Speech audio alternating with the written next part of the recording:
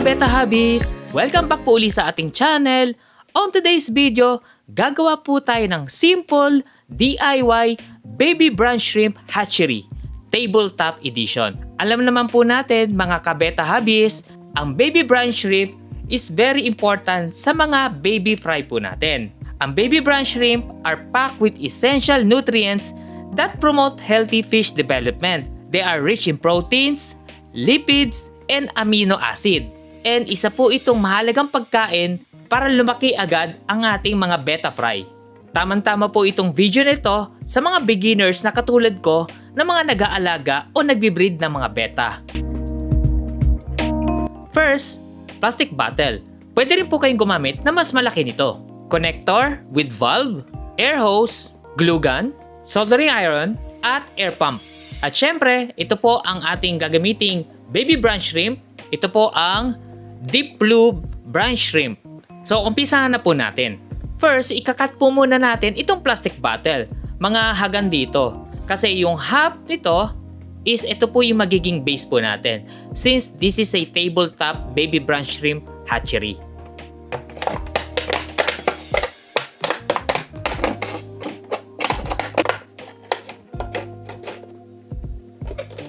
So ayan, nakata po natin. So ito yung sinasabi ko, ito po yung base. So ito naman po yung pinaka-hatchery po.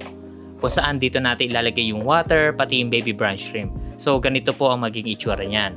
So ito yung takip. Yan. So ganyan po ang magiging itsura niyan. So ngayon, ang susunod po natin gagawin is bubutasan naman po natin itong takip. Para dito natin ipapasok ang air hose.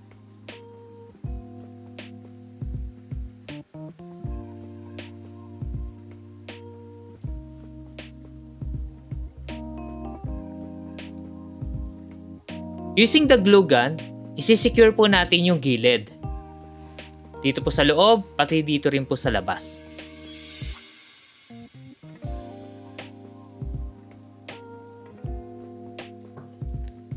Yan, okay na.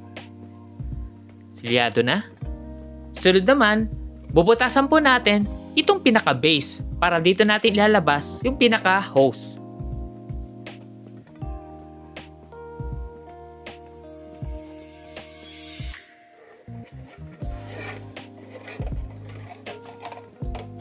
Ayan, nakakabit na po natin ang air hose. Ayan.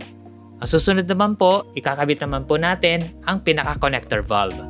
Okay, ayan na. Nakakabit na po ang ating connector valve. Ayan na po yung air hose natin. Okay. Ngayon naman, lalagyan na po natin ito ng tubig para mai-check po natin kung may tagas o leak yung sa takip natin. Okay, let us check using the air pump. Tingnan natin po kung gagana. Ayan, gumagana na po ang ating baby brine shrimp hatchery. Ayan, using the air pump. So far naman, wala naman pong tagas o tulo dun sa ating takip. Ayan, gumagana na po ang ating baby brine shrimp hatchery. Next step, maglalagay na po tayo ng baby brine shrimp.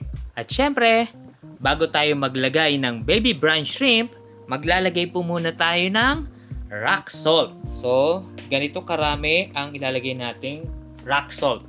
1 scoop rock salt. Lalagay na po natin. Yan. Isunod na po natin ang baby brine shrimp deep blue brand. Ayan ho. Not sponsored po. Deep blue, baka naman. So maglalagay po tayo ng 2 scoops ng baby brine shrimp. 1, 2. Yan. Nailagay na po natin ang baby brine shrimp. Babalikan po natin to after 24 hours. Okay? Ayan mga kabeta hobbies. Ayan, after 24 hours, titignan na po natin kung na-hatch na po ang ating baby brine shrimp. Ayan po, papatayin na po natin ang air pump.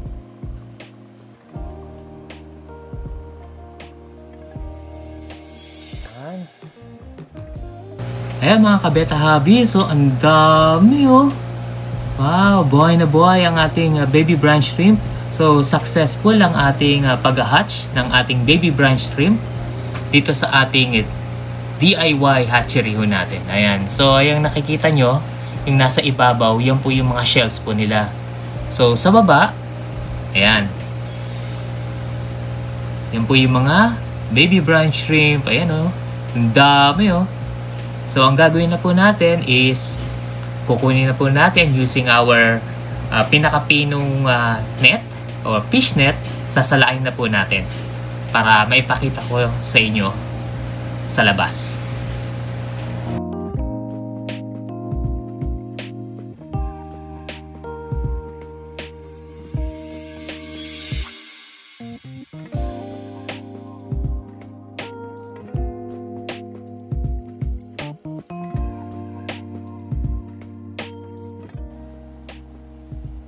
Yan. Ayan na ang ating baby brown shrimp. Yan. Stop muna natin. Wow, ang dami. Yan.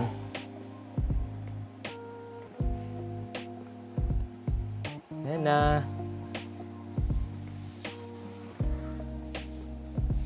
Ayan o. Yan ang baby brown shrimp natin. Yan, success. Diba? So, ayan mga kabeta hubbies. Ayan po ang baby brown shrimp natin. Ayan, no? Ayan, kitang-kita po. Ang daming gumagalaw, oh. Success po ang ating pag-hatch. Itong baby brown shrimp, mga kabeta hubbies, is talagang good na good po para sa ating mga betta fry. At pwede rin naman po ito ipakain sa ating mga malalaking betta rin po natin. Pwede rin po natin ito ipakain. Pero tandaan nyo, hindi ito pwedeng maging staple food ng mga betta. Pwede nyo ipakain to 1 to 2 times a week ho. Ngayon mga kabeta hubbies, ipapakain ko ho ito sa ating mga betta, which is nandito po sa aking table. Meron po akong dalawang betta po rito. Ito po yung dalawang betta, ang veil tail. So, sige, ipakain na po natin.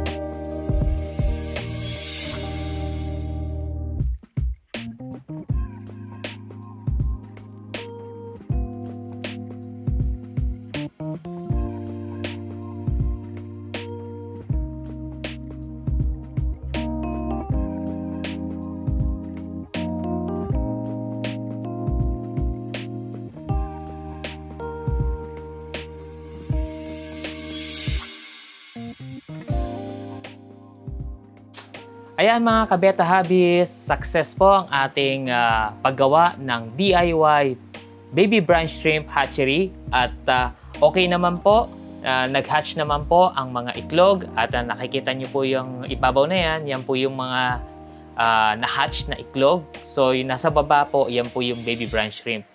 Ito po, nandito rin po, lumalangoy-langoy at naipakain na po natin sa ating dalawang betta. Mga adult betta po ito na veil tail. Sila po ay masigla at maliksi po itong dalawang to. So happy po sila na nakakain po sila ng ganitong live foods.